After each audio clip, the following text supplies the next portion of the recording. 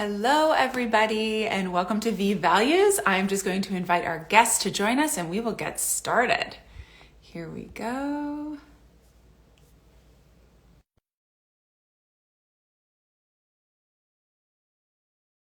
Everyone is having a great day and getting into spring and getting excited for some warm weather. We have a wonderful guest today. Oh, I think she's here. Yay! Hey, Sharon. Hey, how are you, Mallory? Good. How are you doing? Look at you. You are in a little shed back there. That looks nice. Yes, it's my she shed that has turned into an office. So, Amazing. yeah, I got Amazing. the dogs. Nice. Nice. Well, let me just tell everyone a little bit about you here. So Sharon is a dynamic, as you'll all see, real estate agent who specializes in helping downsizers transition from their oversized homes, those big family homes, to comfortable downsizing living options. She's a sales rep with Keller Williams Referred Realty Brokerage, and she really cares about education. And I think I'm remembering this. You were a teacher in another life, were you not? Which means education is near and dear to your heart. And she really likes to use that, teacher vibe to really educate the aging population on ways that they can be living such a wonderful, strong, and safe and vital life. She's also a frequent public speaker, and one of her hot topics is the decluttering battle plan, which is a really difficult task for a lot of people, regardless of age, is having to declutter their home, and she gives a lot of really helpful tips and tricks. So be sure to check that out on her website, which we will put in the comments later. So welcome, Sharon. How Hey, are you? I- I'm really well, thank you. I really appreciate Good. it, and thank you for that introduction. Yeah, so I would say that because of the magnitude of the change that is implied by Mhm. downsizing, that this is a fairly slow process where people come to grips with the various aspects of it, and Mhm. and they understand the benefits, but still have to kind of deal with the reality of where they're living. So we work with clients usually 12 to 24 months ahead of their actual move date and just get things rolling for them. And I think that's That,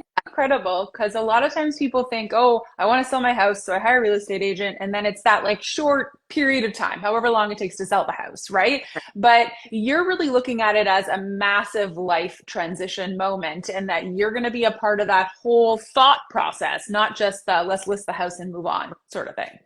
yeah, it's about building trust and relationship over the duration. And I don't have a Mhm. plan B.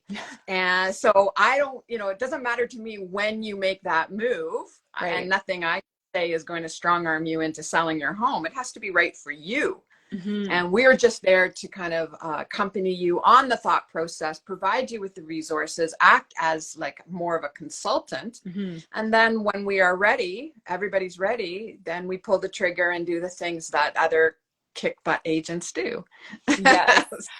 So why don't we start with just a little basic here? Because I think for all of us non-real estate agent people, we're like springtime is when the real estate market starts picking up. We see all those signs going up. There's a whole bunch in my development right now. So what is the real estate market looking like? Because last year was kind of it dipped a lot, right? So what are we seeing now? Are we seeing things stabilizing? Are we seeing house prices changing? What are you noticing? Well, when people ask me, how's the market? I kind of, tongue in cheek reply to them, which market are you talking about? Fair. Because the Toronto Real Estate Board encompasses a vast swath of geography, and there are all kinds of product segments within that geography. So you can't really talk about the market as if condos in Etobicoke and detached homes in Clarington are doing the same thing. They're Right. not. Yeah. But Yeah. luckily, the Toronto Real Estate Board every month publishes a very lengthy report that is quite detailed by property segment, by Mm. area, by even by price point. And when we list a home for sale, the number one job I do, the very first thing is to determine what that market value is based on Mhm. these very detailed analytics. So I mean, that is the kind of the challenge for us as realtors. But the good thing is uh, we have seen a remarkable consistency Mm. in the market recently. Like there's been a lot of external forces that were attempting to lower prices, Right. but they stabilized. And so the phrase I'm using in my own newsletter this month is remarkably consistent. Mm. Despite all of the government's efforts to lower Yeah. inflation by increasing interest rates, prices have remained stable. And Mm-hmm. that is both good news for sellers and not so great news for buyers who were anticipating some big, bargain opportunity. It's just Yeah. not a reality of the marketplace right now. Well, I don't think there's anything wrong with consistency. I think that's good. I think you make some predictions when things are consistent, right? It's those curveballs that throw everyone for a loop.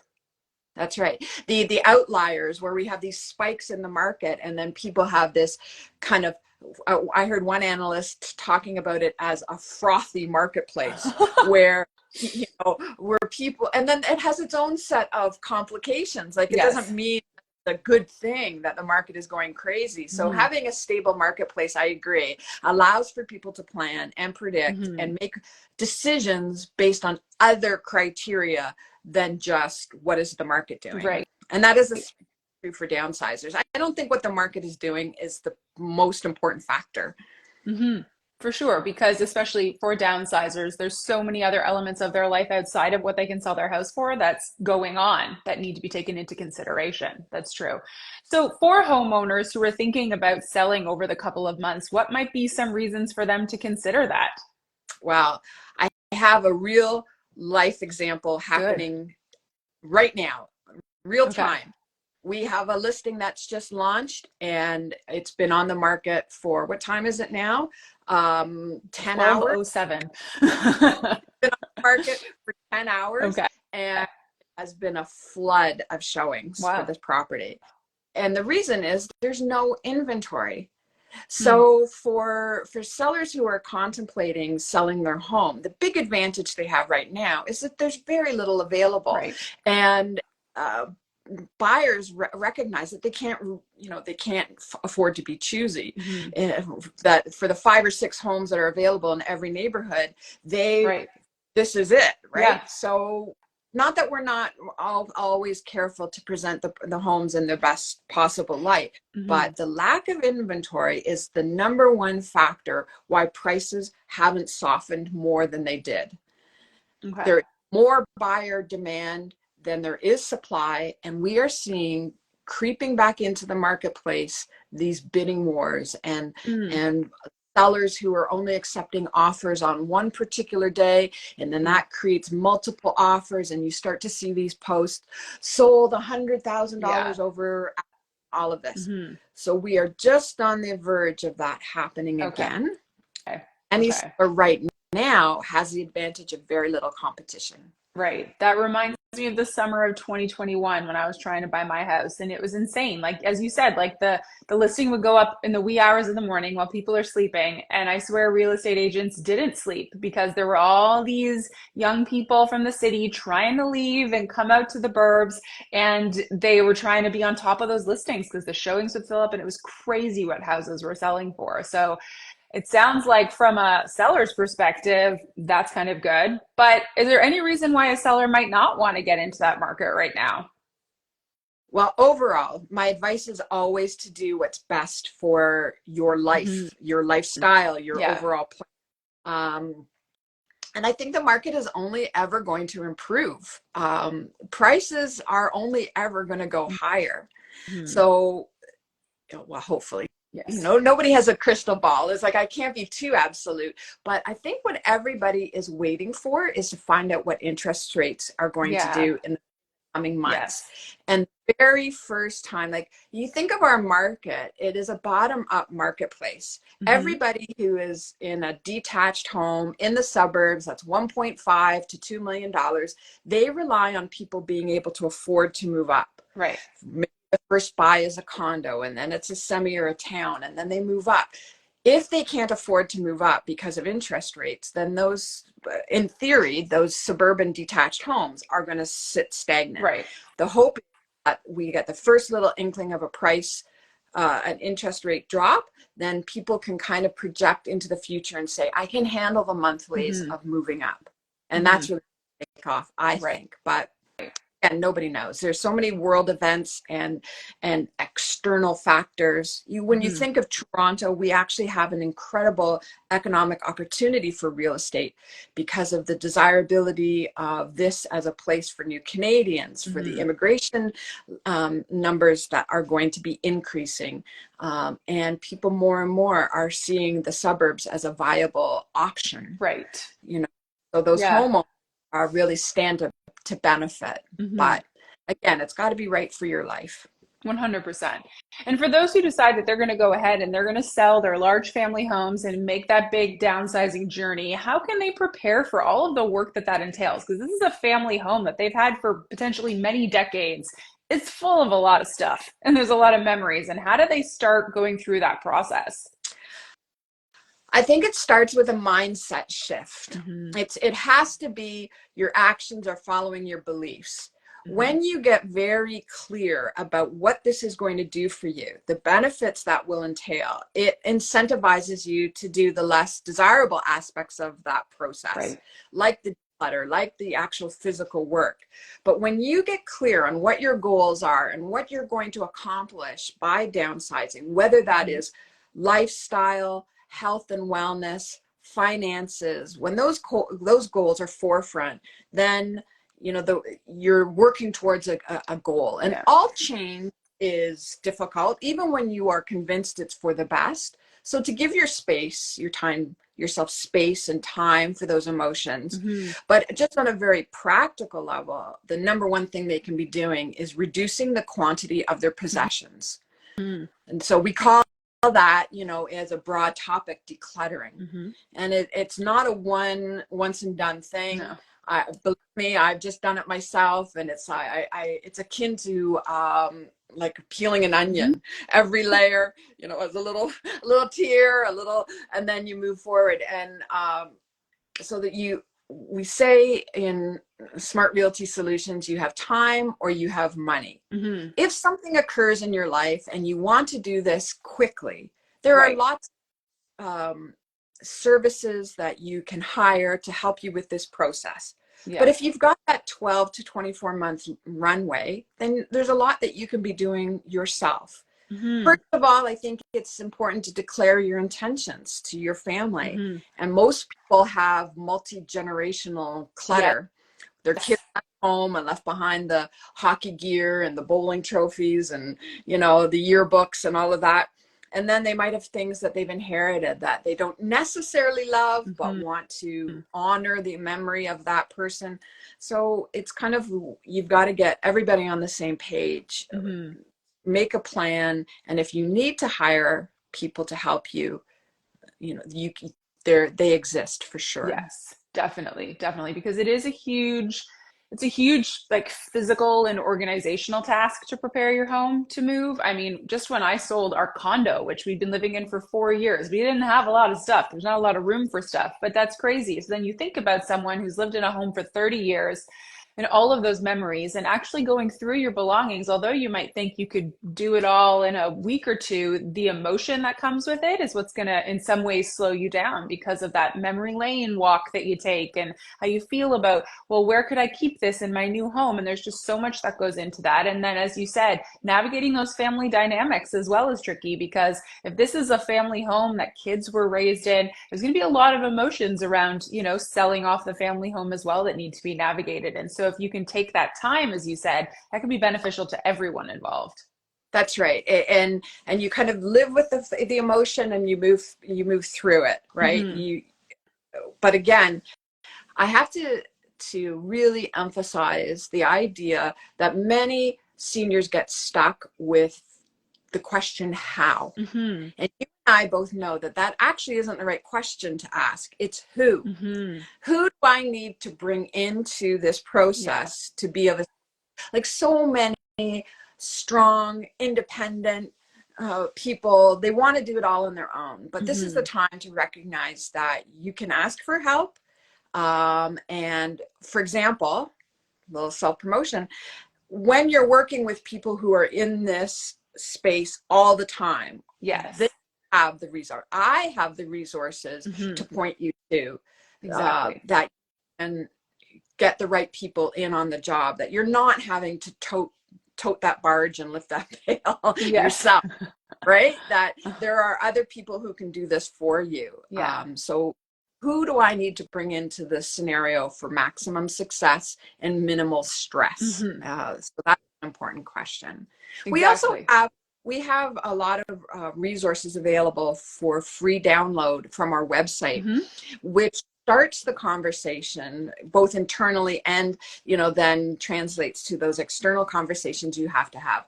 One of the ones that I can point your listeners to is called Get Ready to Downsize. And it really encompasses those questions about, where do I want to go? What do I want this to achieve for me? And is kind of a self-reflective guide about identifying what is correct for you. Hmm. Your plan for retirement and downsizing doesn't look like mine. So let's Right. create something that is very tailor-made to your specific values. And Hmm. then the next one that we have, which is a perennial favorite, because everybody needs to declutter no matter what, and that's called the Decluttering Battle Plan, which you referenced. Yes. The actual strategies of tackling that Hmm. overcoming the overwhelm. Exactly. No, we'll make sure I'll put links in the comments so that people can find both of those easily because they are really, really great resources. And it's a huge emotional, organizational task to leave your family home and to downsize. And there's a lot of self-reflection that comes with that because I don't think you can ignore the fact that when you do that, you're entering into a new and quite potentially a last phase of your life, a last third of your life for a lot of people when they make that transition. And so there's a lot of mortality attached to selling a home, which sometimes people don't even recognize is what's happening to them, is that's what they're thinking about. Whether you're going to just a smaller home or a condo, or you are moving into the retirement home, long-term care home system, I think that's a really big piece of the puzzle for people is recognizing that they are done with a particular phase of their life and they're moving on to the next one. And that doesn't mean that's bad. It can be just as awesome and cool in different ways, but it's still something I think that sometimes causes people to wait longer sometimes than they should to make that sort of a move.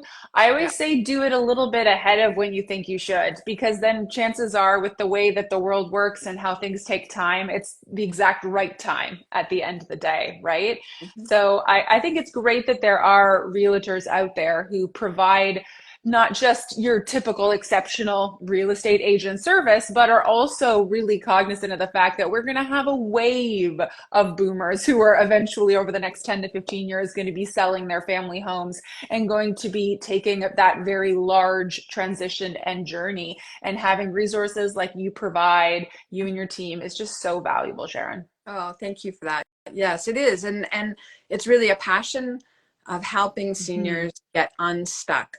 When Yeah. your home turns from a blessing and a place of nurture to a burden, Mm-hmm. that's that's the cue that this needs to change. You purchase that home because it suited your needs at that time. If you were with Exactly. a family, it suited that phase. But just like you Mm-hmm. said, that phase has perhaps passed Mm-hmm. now, and you need to choose a home that suits the next, that brings you the same level of benefit Mm-hmm. to that next phase of living, the freedom. And most of Mm-hmm. the clients I encounter, they don't have regrets, except they say, I wish we had done this sooner. Right. Exactly. Exactly. No, I think that's so key. Well, Sharon, that's all of our questions, and I'm so glad that you were able to take some time today to chat with everybody. For anyone who's watching, if you or family or friends are looking for someone, Sharon, you have a wide area that you work in. You are not just Toronto. Can you explain where you are so people know that they could reach out to you if they have a home to sell in that area? Thank you for that. Yeah, Mhm. I really want to provide the highest level of service possible. Mhm. So I try to keep within about an hour of Toronto for Okay. sure. If it goes beyond that, perhaps I'm not able to give the same level of service Of that I would course. want. But yeah, Yeah. anything within that catchment. Amazing. Thank That's you. wonderful. Well, thank you so much, Sharon. And everyone, 2 weeks from now, we are going to have our last Viive Values episode for this season. So please tune in. Sharon, thank you so much for sharing your wisdom on this topic. I so appreciate it. Thank you too. Appreciate you. Wonderful. Bye, Okay. everybody.